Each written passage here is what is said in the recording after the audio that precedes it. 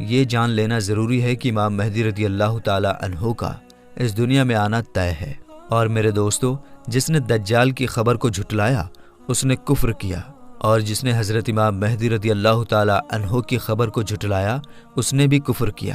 حضرت امام مہدی رضی اللہ تعالی عنہ کی پیدائش مدینہ شریف میں ہوگی اور آپ اہل بیت میں سے ہوں گے۔ حضور پاک صلی اللہ تعالی علیہ وسلم نے ارشاد فرمایا کہ حضرت امام مہدی رضی اللہ تعالی عنہ حضرت فاطمہ زہرا رضی اللہ تعالی عنہا کی اولاد میں سے ہوں گے، اور ایک دوسری روایت کے اندر آتا ہے کہ آپ حضرت حسن بن علی رضی اللہ تعالی عنہ کی اولاد میں سے ہوں گے۔ حضرت امام مہدی رضی اللہ تعالی عنہ کا نام حضرت محمد مصطفیٰ صلی اللہ تعالی علیہ وسلم کے نام مبارک محمد پر ہوگا یا احمد پر ہوگا، اور حضرت امام مہدی رضی اللہ تعالی عنہ کے والد کا نام حضور پاک صلی اللہ تعالی علیہ وسلم کے والد کے نام پر ہوگا۔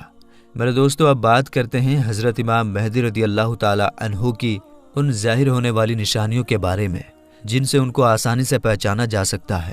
حضرت امام مہدی رضی اللہ تعالی عنہ کی پیشانی روشن ہوگی اور لمبی خوبصورت ناک ہوگی، اور ان کے دونوں دانتوں کے بیچ تھوڑی گیپ ہوگی، اور وہ ہجرت کر کے ملک شام کی طرف جائیں گے۔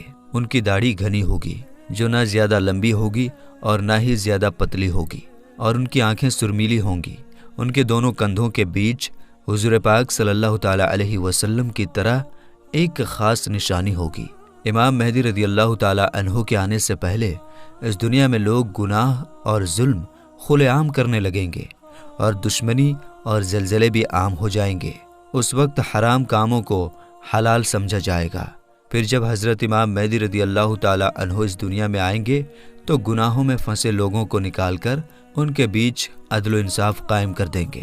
حضرت امام مہدی رضی اللہ تعالی عنہ کے تشریف لانے سے زمین اور آسمان والے بہت خوش ہوں گے۔ اس وقت حضرت امام مہدی رضی اللہ تعالی عنہ غریب لوگوں میں مال و دولت بانٹ کر امت محمدیہ کو امیر بنا دیں گے، اور حضور پاک صلی اللہ تعالی علیہ وسلم کی سنتوں پر عمل کرتے ہوئے زندگی گزاریں گے۔ آپ غریبوں کا خیال اتنا زیادہ رکھیں گے کہ ایک شخص کی ڈیوٹی لگائیں گے کہ وہ آواز لگائے کہ جسے کسی بھی چیز کی ضرورت ہو وہ میرے پاس آئے اور اپنی ضرورت کی چیز لے جائے۔ آپ کے زمانے میں اس طرح خوشحالی ہوگی کہ اس وقت صرف ایک آدمی آپ کے پاس آئے گا اور اپنی ضرورت کا مال لے کر چلا جائے گا۔ اس ایک آدمی کے علاوہ کوئی بھی شخص ضرورت مند نہ ہوگا۔ میرے دوستو، اس وقت جب اس زمانے کے خلیفہ کا انتقال ہو جائے گا تو اس زمانے میں لوگ ایک دوسرے کے خلاف ہو جائیں گے، یعنی ایک دوسرے کا ویرودھ کریں گے، اور آپ مدینہ کے لوگوں سے نکل کر مکہ مکرمہ کی طرف چلے جائیں گے۔ آپ کے پاس مکہ کے لوگ آئیں گے اور آپ کو نکالنے کی کوشش کریں گے، لیکن آپ اس بات کو ناپسند کریں گے تو وہ لوگ مقام ابراہیمی پر آپ رضی اللہ تعالی عنہ کے ہاتھ پر بیعت کر لیں گے۔ حضرت امام مہدی رضی اللہ تعالی عنہ کے زمانے میں آپ کی امت کے نیک اور برے لوگ اس طرح نعمتوں سے مالا مال ہو جائیں گے جیسا انہوں نے کبھی سوچا نہ ہوگا۔ ان پر اس طرح موسلادھار بارش ہوگی کہ بارش کا ایک بھی قطرہ روکا نہ جائے گا، اور زمین اس طرح پھل اور اناج اگائے گی کہ جو بھی بویا جائے گا سب کے سب اگ جائے گا۔ یعنی اس وقت اللہ تبارک و تعالی اس زمانے کے لوگوں کو بہت ہی زیادہ اناج اور نعمتیں دے گا۔ حضرت امام مہدی رضی اللہ تعالی عنہ کے اس دنیا میں آنے سے پہلے پورب کی طرف سے ایک کالے جھنڈے کی فوج نکلے گی، اور وہ لوگ اس زمین پر اس طرح قتل عام کریں گے جس طرح اس سے پہلے کسی نے نہ کی ہوگی۔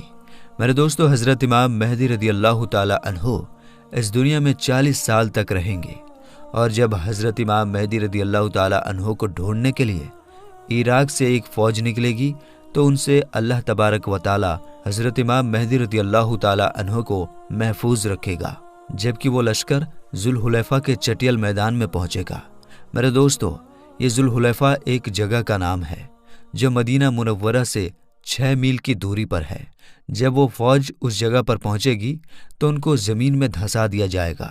ان میں سے کوئی بھی ایک دوسرے کو قیامت تک پہچان نہ پائے گا، اور اس زمانے میں ایک ایسا جھگڑا فساد ظاہر ہوگا کہ وہ ہر طرف پھیل جائے گا۔ اس وقت آسمان سے ایک آواز لگانے والا یہ آواز لگائے گا اور لوگوں سے یہ کہے گا کہ گھبراؤ مت، تمہارے پاس تمہارا امیر حضرت امام مہدی رضی اللہ تعالی عنہ موجود ہیں، بس تم لوگ ان کی بات مانو اور ان کی پیروی کرو۔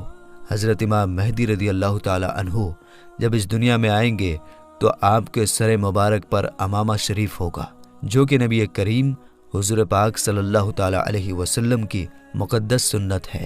حضور پاک صلی اللہ تعالی علیہ وسلم نے ارشاد فرمایا کہ اللہ تبارک و تعالی نے دین اسلام کی شروعات مجھ سے کیا اور ختم حضرت امام مہدی رضی اللہ تعالی عنہ پر کرے گا۔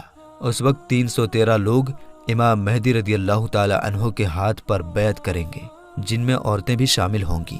یہ لوگ ہر ظلم کرنے والے سے جیت جائیں گے۔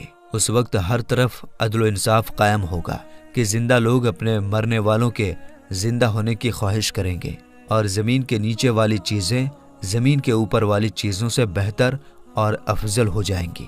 حضرت امام مہدی رضی اللہ تعالی عنہ کا وفادار نوجوان تمیمیہ نام کا شخص ہوگا، جو کہ پورب سے ظاہر ہوگا۔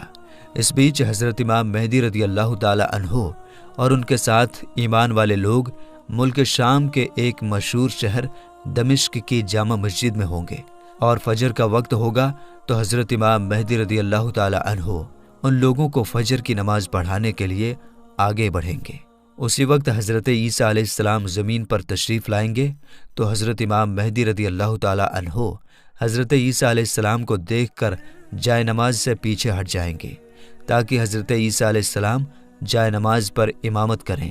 اور اس وقت حضرت عیسیٰ علیہ السلام امام مہدی رضی اللہ تعالی عنہ کے دونوں کندھوں کے بیچ ہاتھ رکھیں گے اور ان کو حکم فرمائیں گے کہ آپ آگے بڑھ کر نماز پڑھائیے، آپ ہی کے لیے اقامت کہی گئی ہے۔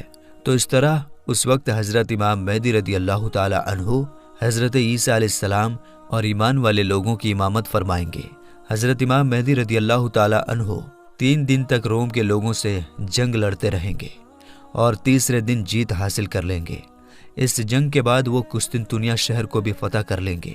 اور دوستو، حضرت امام مہدی رضی اللہ تعالی عنہ روم شہر کو 4 تکبیروں کے ذریعے فتح کر کے 6 لاکھ لوگوں کو قتل کریں گے، اور بیت المقدس سے نکالی گئی ساری چیزوں کو واپس لے لیں گے، جیسے تابوت سکینہ اور بنی اسرائیل کے دسترخوان، تختوں کا ٹکڑا، اور حضرت آدم علیہ السلام کا جبہ مبارک، اور حضرت موسیٰ علیہ السلام کا عصا یعنی لاٹھی مبارک، اور حضرت سلیمان علیہ السلام کا منبر، اور من و سلوہ کے برتن جس پر اللہ تبارک و تعالیٰ نے بنی اسرائیل والوں کے لیے آسمان سے کھانا اتارا تھا۔ اس کے بعد حضرت امام مہدی رضی اللہ تعالی عنہ اس شہر کی طرف جائیں گے جسے کاتے کہا جاتا ہے، جس کی لمبائی 1000 میل ہے، چوڑائی 500 میل، اور اس شہر کے 360 دروازے ہوں گے، اور اس کے ہر دروازے سے لاکھوں جنگ کرنے والے نکلیں گے۔ مسلمان اس پر 4 تکبیروں کو بلند کریں گے اور اس شہر کے دروازوں کو توڑ دیں گے۔ اس وقت مسلمان وہاں سے بہت سارے مال غنیمت حاصل کریں گے اور پھر وہیں 7 سال کا وقت گزاریں گے۔ اس کے بعد وہاں سے ساری چیزوں کو بیت المقدس کی طرف بھیج دیا جائے گا۔ میرے دوستو، حضرت امام مہدی رضی اللہ تعالی عنہ جب روم اور قسطنطنیہ شہر کو فتح کر لیں گے تو ان میں سے جو مال غنیمت حاصل ہوا ہوگا اس کو جب مسلمان آپس میں بانٹ رہے ہوں گے تو اس وقت اچانک ایک چیخنے والا شخص آواز دے گا کہ دجال پیچھے تمہارے گھروں میں آ چکا ہے۔ اس وقت سارے لوگ حضرت امام مہدی رضی اللہ تعالی عنہ کے پاس اس طرح پناہ لیں گے جیسے شہد کی مکھیاں رانی مکھی کے پاس پناہ لیتی ہیں۔